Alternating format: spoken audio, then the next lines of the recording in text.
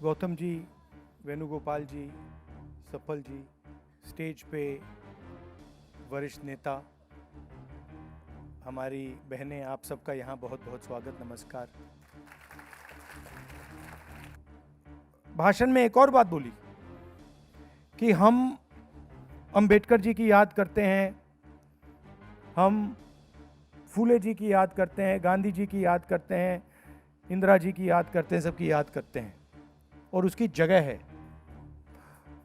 मगर मैं आपसे पूछना चाहता हूं, अगर आज अंबेडकर जी जिंदा होते और आप उनसे पूछते कि देखिए, आप ये चाहते हैं कि हम आपकी याद करें या आप ये चाहते हैं कि हम आपकी तरह बने, उनका जवाब क्या आएगा? आपकी तरह बने। उनमें से कोई नहीं कहेगा कि आप हमारी याद कीजिए। वो कहेंगे हम विचारों के लिए लड़े थे, आप हमारी याद मत कीजिए, जो हमने किया था वो कीजिए।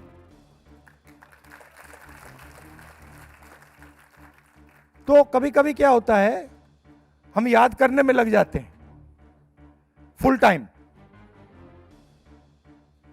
और सोचते हैं कि भाई याद करने से काम हो गया। अंबेडकर जी ने, फूले जी ने डायरेक्शन दिया, उन्होंने पूरी जिंदगी डायरेक्शन दिया। अंबेडकर जी ये नहीं कह रहे थे कि मैं किसी इसकी याद करता हूं, उसकी याद करता हूं। कभी पढ़ा आपने अंबेडकर जी को कहते हुए कि मैं इनकी याद करता हूं, उनकी याद करता हूं? मैंने किताबें पढ़ी हैं, कभी नहीं बोलते थे। उनका क्लियर था कि भैया ये करना है। याद करना मतलब भविष्य, बीता हुआ समय। काम करना अभी। भविष्य में आप सपना देख रहे हो कि हमें टिकट मिलेगा, वो भविष्य है ना? बीता हुआ समय आप याद कर रहे हो सबकी। मेन चीज अभी क्या कर रही हो? अभी लड़ रही हो, अभी अपने आप को पॉलिटिकली डेवलप कर रही हो, अभी मुद्दों पर खड़ी हो। मेन बात यह है। और मुझे काफी अच्छा लग रहा है कि आपको यहां बुलाया गया है और आपका डिस्कशन हो रहा है। जरूर अगर महिला आरक्षण होगा, जो अभी ओपन क्वेश्चन है, क्योंकि मालूम नहीं आज होगा, कल होगा, 10 साल बाद होगा, ये मालूम नहीं, मगर अगर होगा तो आपके लिए जगह बनेगी। मगर आप ये मत सोचिए, देखिए, आप ये मत सोचिए कि जगह बनेगी तो मैं एमएलए बन जाऊंगी। जगह बनने से कुछ नहीं होता, क्योंकि एमएलए बनने के लिए आपके अंदर समझ होनी पड़ेगी, एक्सपीरियंस होना पड़ेगा। तो ये अब आपको टाइम है अपने आप को मजबूत करने का। तो जय हिंद जी हैं, गौतम जी हैं, ये ओबीसी, एससी, अलग अलग डिपार्टमेंट्स हैं कांग्रेस पार्टी में, उनको चलाते हैं। बट हम चाहते हैं कि ओबीसी महिलाओं का भी विजन हो, दलित महिलाओं का विजन हो, आदिवासी महिलाओं का हो, माइनॉरिटी जनरल कास्ट की महिलाओं का विजन हो। हम तो नहीं बना सकते, हम मदद कर सकते हैं, हम बना नहीं सकते, क्योंकि आप जानते हो विजन क्या होना चाहिए। तो ये आपकी जिम्मेदारी है कि जो ओबीसी महिलाएं हैं, आने वाले समय में हर स्टेट में कांग्रेस पार्टी उनकी कैसे मदद करेगी, उनको कैसे पावर देने का काम करेगी। कास्ट सेंसस बहुत बड़ा मुद्दा है, इसके बारे में जानकारी देना, लोगों को जानकारी देना, यह आपकी जिम्मेदारी है। कास्ट सेंसस क्यों हो रहा है, कहां कहां हुआ है, कैसे हुआ है, इसका क्या फायदा है, तो ये पूरी मैसेजिंग आपको देनी है। और मैंने भाषणों में बहुत बार बोला है कि ओबीसी वर्ग 50% है हिंदुस्तान का,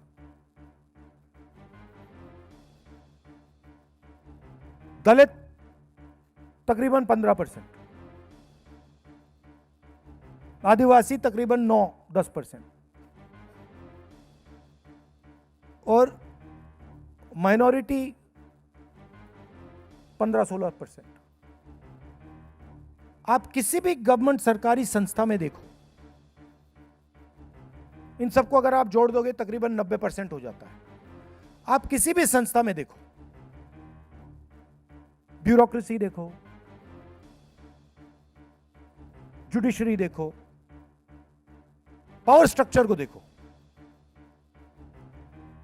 आपको 90% में से कोई नहीं मिलेगा। एक दो लोग मिलेंगे, मैंने उदाहरण भी दिए थे, आपने सुना होगा।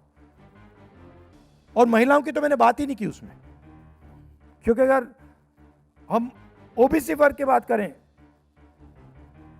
तो अगर थोड़ा सा ओबीसी वर्ग को मिलता है तो पुरुषों को मिलता है, महिलाओं को तो बिल्कुल जीरो है। तो आप तो बिल्कुल लाइन में पीछे खड़ी हैं ना। तो ये जो मुद्दे हैं ये आपको उठाने हैं। बीजेपी कहते हैं कि हम ओबीसी की मदद करते हैं। कहां मदद करते हैं? मतलब क्या दिया है ओबीसी को बीजेपी ने? आप एक बात बता दीजिए मुझे। कुछ नहीं किया। तो ये मैसेजिंग आपको करनी है और एक साथ आपको काम करना है। आप बढ़ जाएंगे तो फिर आप मांगती रह जाएंगी। अगर आप संगठित हो जाएंगी, एक साथ खड़ी हो जाएंगी, ऐसी जो मीटिंग की आपने, और एक साथ मिलकर आप डिमांड करोगे तो फिर बहुत मुश्किल हो जाएगा।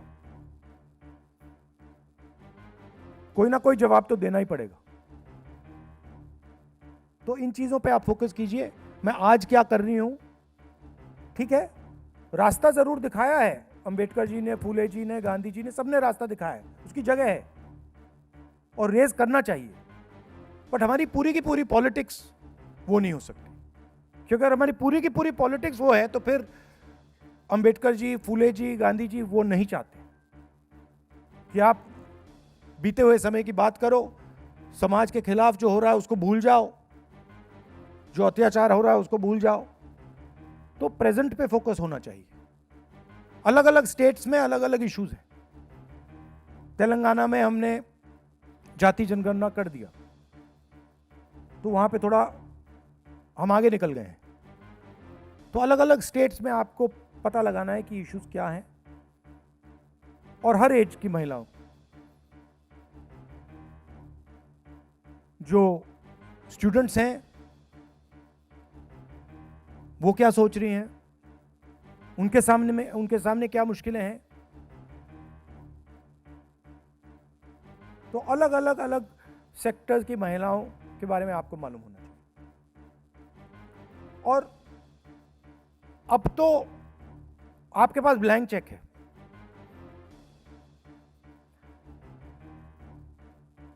हिंदुस्तान के प्राइम मिनिस्टर 100% कॉम्प्रोमाइज और ब्लैकमेल किए जा रहे हैं, ये पूरे देश को मालूम है। आपने उनका आज चेहरा देखा भाषण देते हुए? देखा आपने? मतलब फॉरेन मिनिस्टर की स्पीच हुई अभी पार्लियामेंट हाउस में, ईरान शब्द तक प्रयोग नहीं किया, ईरान शब्द नहीं बोला।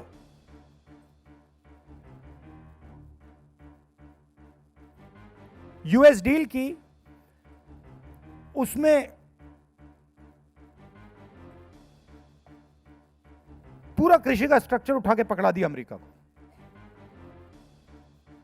सोया, कपास, दाल, फल,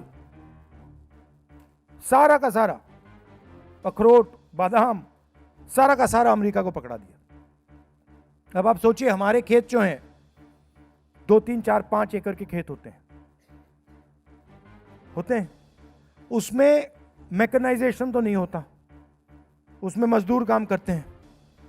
अमेरिका के खेत 500 एकड़, 1000 एकड़, 2000 एकड़, 5000 एकड़ के होते हैं, उसमें मशीनें चलती हैं। क्या हमारा जो किसान है अमेरिका के किसान का मुकाबला कर सकता है? नहीं कर सकता है। तो हमारी सरकार की जिम्मेदारी है, फर्ज है कि अमेरिका का किसान अपना माल हिंदुस्तान में ना बेच पाए, ये हमारी जिम्मेदारी। तो ये सेक्टर खोल दिया इन्होंने। उसके बाद मोदी जी ने ट्रंप से वायदा किया कि हर साल हम अमेरिका की कंपनी से 9 लाख करोड़ रुपए का माल खरीदेंगे 5 साल के लिए। इस साल 9 लाख करोड़ रुपए, अगले साल 9 लाख, उसके बाद 9 लाख 5 साल के लिए। अब आप सोचिए, अगर हम 9 लाख करोड़ रुपए अमेरिका की कंपनियों से खरीदेंगे तो हमारी फैक्ट्रियां क्या करेंगी? खत्म हो जाएंगी। तो दूसरा काम इसने किया कि हमारी सारी की सारी फैक्ट्रियों को मार दिया। 9 लाख करोड़ रुपए हर साल।